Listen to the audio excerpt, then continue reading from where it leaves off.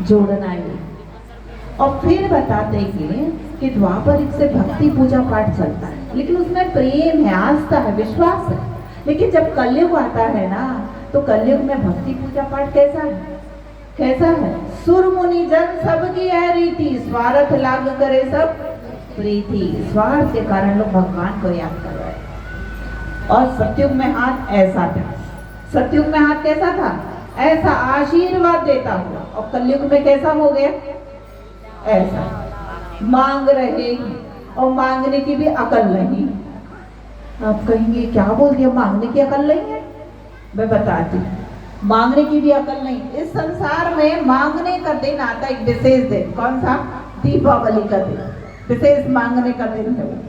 सारे लोग जब मांगने के लिए बैठते ना, तो अपने घर में जितना सोना चांदी वो लक्ष्मी जी के सामने, जितना कैश है बिल्कुल अच्छे वाले नोट फ्रेश, वो लक्ष्मी जी के सामने।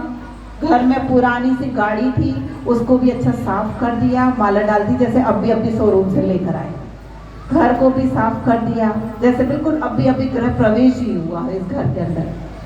और भगवान से कहते इतना है और दे देना। भगवान समझ गए इनके अंदर भिखारी जितने भीख मांगने की भी अकल नहीं। क्योंकि अगर समझो आज हमारी सभा में कोई भिखारी आ जाए और 2-4 लोग उसको 10-10 रुपए दे दें, अगर उसे आगे कुछ और चाहिए, तो वो अपने कटोरे के पैसे दिखाएगा क्या? पहले क्या करेगा? छिपा लेगा और कहेगा कुछ दे दो तो मिल जाएगा। हमें और चाहिए और हम बता रहे इतना है और दे देना।